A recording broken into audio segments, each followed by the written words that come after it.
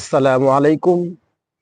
Hello বন্ধুরা, আজ আমি ছোট্ট একটা ভিডিও নিয়ে এসেছি আপনাদের সামনে। আজ আমি এই ভিডিওর মাধ্যমে আপনাদেরকে আমি জানিয়ে দিব যে পাইপিং এর কাজগুলা কিভাবে আমরা করি বাইরের কান্ট্রিতে।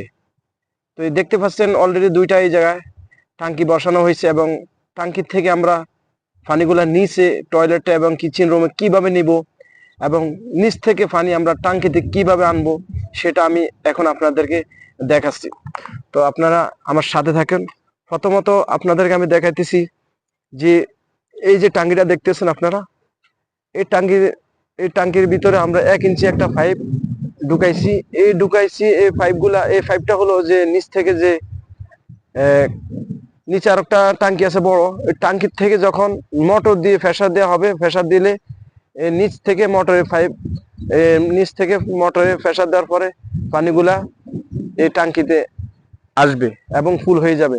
তো এই টাঙ্কিতে কিভাবে পানিগুলো আসবে সেটা আমি দেখাচ্ছি। এই যে আপনারা দেখতে পাচ্ছেন 1 ইঞ্চি একটা পাইপ, এই 1 ইঞ্চি একটা পাইপ আমরা ওই দিকে নিয়ে গেছি। দুইটা টাঙ্কি দুইটা পাইপ ওই দিক দিয়ে আমরা নিচে লামাই দিব, নিচে যাই, তারপরে মোটরের সাথে আমরা জয়েন দিয়ে দিব। সেটা হলো এটার কাজ, যে নিচ থেকে আমরা পানিগুলো আনি তারপরে টাঙ্কিতে কিভাবে ভরবো। তো হলো এটার কাজ।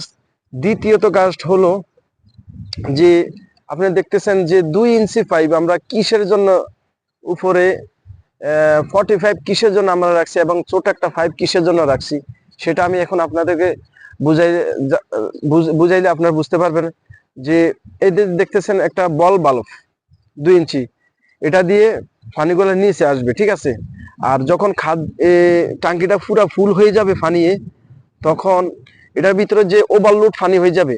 ওভারলোড বলতে যখন টাঙ্কিটা পুরো ফুল হয়ে যাবে তখন যে বাড়তি পানিটা থাকবে সেই পানিটা কোন সাইডে বাইর হবে সেটা হলো এই যে দেখতেছেন 45 এবং ছোট একটা পাইপ, এটা দিয়ে ওভারলোড যে পানিটা হবে বেশি টাঙ্কি ফুল হওয়ার পরে সেই পানিটা এটা দিয়ে বাইর হয়ে যাবে, ঠিক আছে। এটা রাখার কারণ হলো যদি এটা না রাখা হয় তাহলে নিচে যে এই যে পাইপগুলো দেখতেছেন এই পাইপগুলোর ভিতরে হাওয়া জমে যাবে, পানি যাবে না। তো এই জন্য এটা একটা হাওয়া কাজ করে, যে বাতাস যদি ভিতরে থাকে বাতাসটা এটা দিয়ে বাইর হয়ে যায় এবং পানির সাথে পানিও বাইর হয়ে যায়।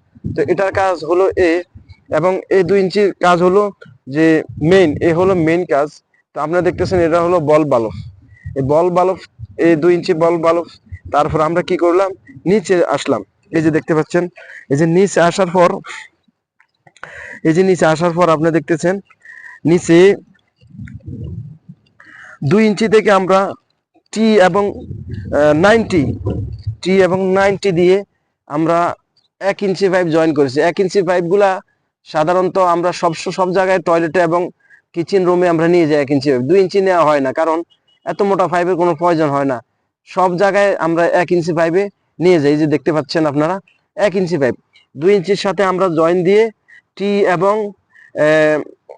টি এবং নাগগাছ বলে। তারপরে এই দেশে আরেকটা নাগগাছ, এই দেশে নাগগাছে বলে, আর বাংলাদেশে কি বলে সেটা আমি জানি না।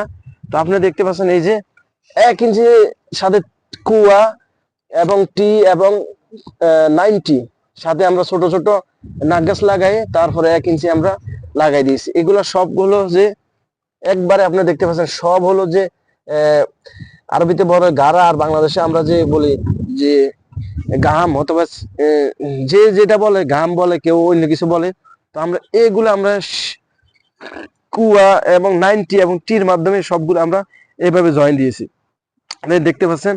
তো প্রথমত আমরা এই পাইপগুলা এক এক হাম্মামে আমরা নিয়ে গেছি, টয়লেটে একটা টয়লেটে আমরা নিয়ে গেছি। এই যে দেখতে পাচ্ছেন টয়লেটে নিয়ে গেছি। এই যে টয়লেটে নিচে হলো টয়লেট এবং নিচে সবগুলো টয়লেট, নিচতলা আছে, আর একবারে নিচতলা আছে, দোতলা আছে, সবগুলো। এটা হলো প্রথমত দোতলা, তারপরে এটা হলো নিচতলা, এটা দোতলা, আর ওই সাইডে যে দেখতেছেন সেটা হলো নিচতলা এবং দোতলা।